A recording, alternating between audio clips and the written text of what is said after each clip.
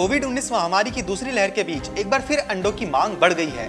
मांग बढ़ने की मुख्य वजह महामारी के दौरान रोग प्रतिरोधक क्षमता को बेहतर करने के लिए अंडों का सेवन बढ़ना है। अंडों की मांग बढ़ने के साथ प्रति अंडे का खुदरा मूल्य अलग अलग इलाकों में 6 से 7 रुपए हो गया है। कोविड-19 के मरीजों को जिन खानों की चीजों की सलाह दी जाती है उनमें अंडा भी शामिल है। इंडियन शुगर मिल्स एसोसिएशन यानी इस्मा के महानिदेशक ने जनवरी 2022 तक वैश्विक बाजार में चीनी की कीमतें स्थिर रहने की उम्मीद जताई है। वैश्विक चीनी कीमतों में हालिया वृद्धि ब्राजील में चीनी उत्पादन घटने के कारण है।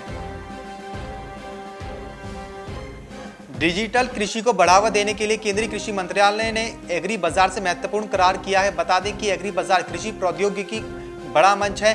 इस करार के बाद ग्रामीण भारत में वैज्ञानिक दृष्टिकोण को बढ़ावा मिलेगा, वहीं डिजिटल कृषि को भी एक नई दिशा मिलने की संभावना है।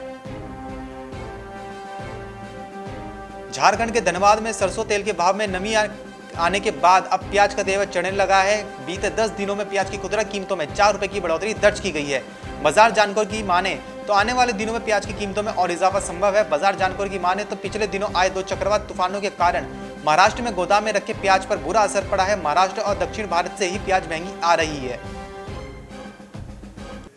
मानसून ने केरल में दस्तक दे दी है। राज्य के ज्यादातर हिस्सों में तेज हवाओं के साथ जोरदार बारिश हो रही है। 2 दिन की देरी से मानसून ने केरल में दस्तक दी है।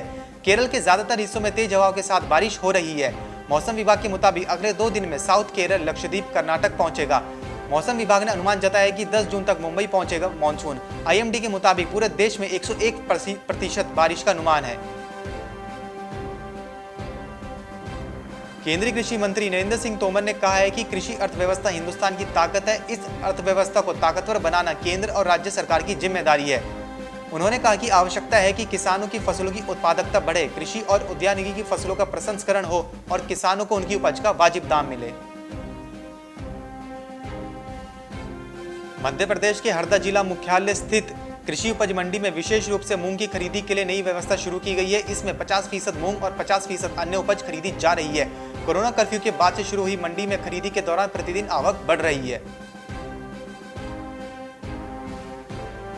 मध्य प्रदेश के विदिशा में पिछले एक पखवाड़े में चने के दामों में 1000 रुपए तक की गिरावट आ गई है। किसानों का कहना है कि मंडी में किसानों से आधी कीमत में चना खरीदकर दाल बनाकर 1.5 गुना से ज्यादा कीमत पर बेचने वाले व्यापारियों पर प्रशासन को कार्रवाई करनी चाहिए और किसानों को चने के सही दाम देने चाहिए।